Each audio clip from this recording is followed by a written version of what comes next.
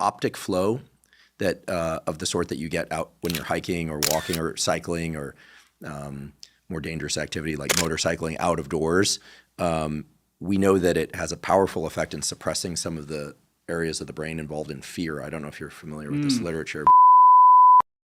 What do you think the human species is really organized to do? And how do you think that fits into modern life or doesn't fit into modern life? Well, I think that we evolved in a context where we had to do hard things all the time. Life was uncomfortable, right? You were out, you spent 100% of your time outdoors. It was often too hot, too cold. You were physically active all day. People walked something like 20,000 steps a day on average. And by the way, as you were taking those steps, you're usually carrying something heavy, right? This could be your child. It could be tools. It could be an animal that you took down. You had to carry the meat back to camp. You also had long periods of downtime that were unstimulated where you would talk to other people face to face. I mean, life was just, it was effortful. It was challenging. And you had to do those challenges and go through those discomforts in order to survive. And I think that the sort of promise and peril of modern life is that we no longer have to do these hard, challenging things to survive. Physically, we obviously have to do a lot less physical activity to survive. If you want to go somewhere, you just hop in your car, you walk across the parking lot. You could actually just exist in your house and not really move, right? You could do Uber Eats for all your food. You could work behind a screen. So we've really removed that physical discomfort out of our life. And so we're wired to do the easy thing, but now we end up in this sort of easier world, and those sort of instincts we have, I think, backfire. Our goal in human evolution is to rid ourselves of discomfort and make things easier and safer and propagate the species. Then why at some point is more comfort bad for us? There are side effects that happen, right? And when you look at most of the diseases that kill us today, they are a result of usually overconsumption of food, right? We eat too much, far more than we often need.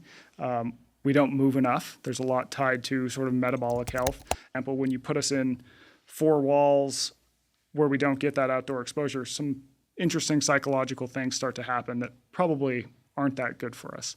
And this, you can apply this idea to everything. Like I said, like even physical activity. It's like exercise is a great example to me.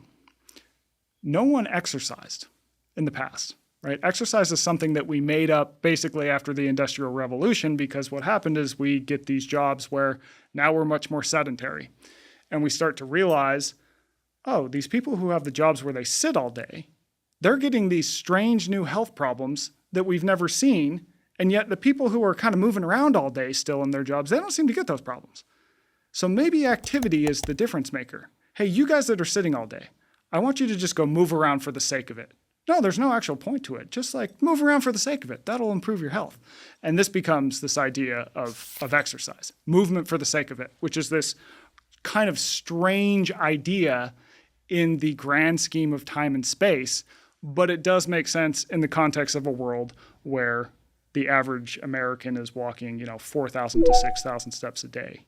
I think that optic flow that of the sort that you get out when you're hiking or walking or cycling or more dangerous activity like motorcycling out of doors, we know that it has a powerful effect in suppressing some of the areas of the brain involved in fear. I don't know if you're familiar with this literature, but it's showing that when animals or humans engage in this lateralized repetitive eye movement back and forth, that it suppresses, among other areas, the amygdala. So amygdala activation troughs. And so there's something about forward ambulation, nerd speak for walking and running, right? That suppresses the fear areas of the brain. And I'm convinced that this is a central reason why movement out of doors is so fundamentally different on our psyche and our level of calm as compared to running on a treadmill or, God forbid, just sitting at a desk all day. Yeah, and that makes sense. And I would wonder evolutionarily if that would be for hunting. So something like persistence hunting, right? That's a dangerous act. Yes, you have to hunt every single day. That's how you're going to survive to get that food. At the same time, it's still very perilous, right? You're not walking down to Walmart and getting stuff. And so if you had that fear suppression in the context of an act that is somewhat dangerous, that would probably give you an advantage to actually end up taking down that animal. If somebody wants to start exploring leaning into discomfort in the way that grows them, and actually makes those other discomforts that we're talking about kind of dissolve away. How should they start to go about that? I think for probably most people, exercise is going to be an uncomfortable event. That's why, what are the federal exercise guidelines? 150 minutes of moderate to vigorous activity a week, strength train twice a week. Something like 18% of Americans actually do that. Only 18%? 18%, yeah. We have all these sort of internal levers that dissuade extra movement for the sake of it. You know, when you run, your legs are going to burn, your lungs are going to hurt.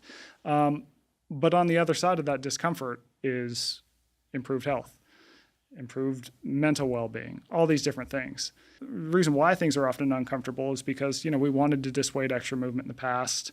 You didn't want to feel hungry because you needed that food, like on and on and on. And today, the environments have really just flipped, where oftentimes doing the uncomfortable thing is the buy-in to a better life.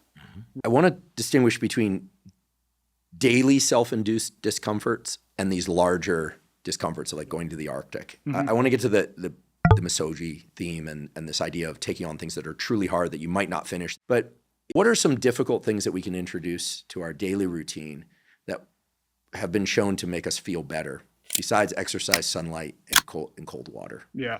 So there's this study that found that only 2% of people take the stairs when there's an escalator available. 2%. Now, 100% of people know that if they were to take the stairs, that would be better for them, right? They get a better long-term return on their health, on their well-being, and yet 98% of people do the easier thing that could actually hurt them in the long run in the context of this environment where we don't move enough. So this tells me that we're sort of wired to do the next easiest thing.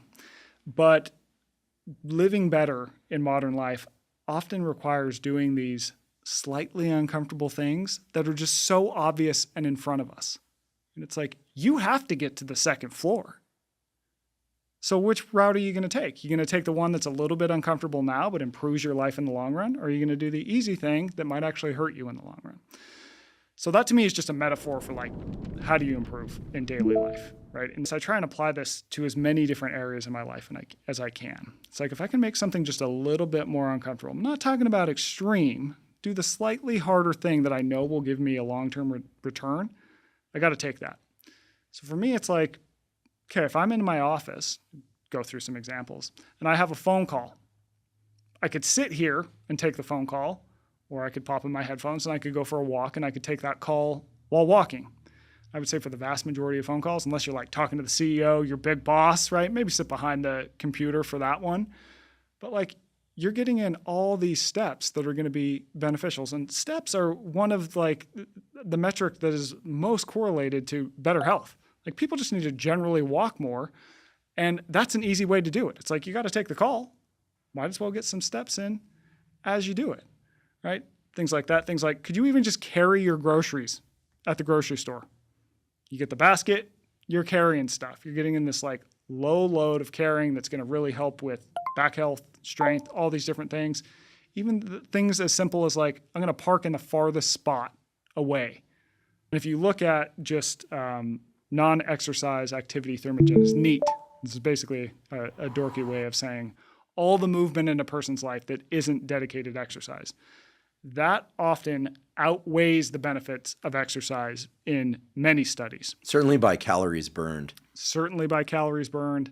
Also, some data suggests even health outcomes in the long run.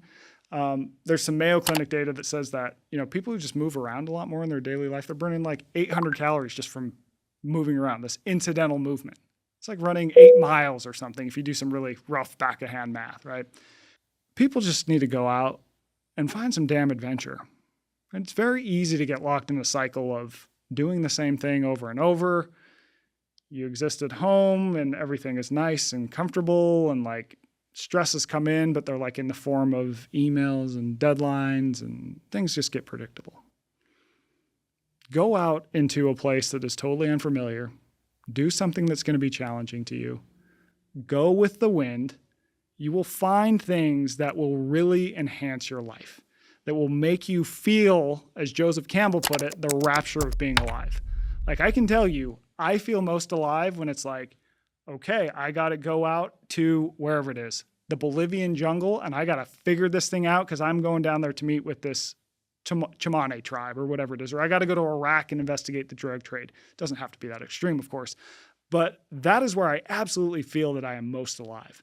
It's like we're going into this unknown world. We don't know what's going to happen. We're going to encounter all these wacky characters along the way. There's going to be trials. There's going to be hardships, but I'm going to like get through it. And I'm going to have to figure things out. And it is just like so life-giving. It's like the most amazing thing.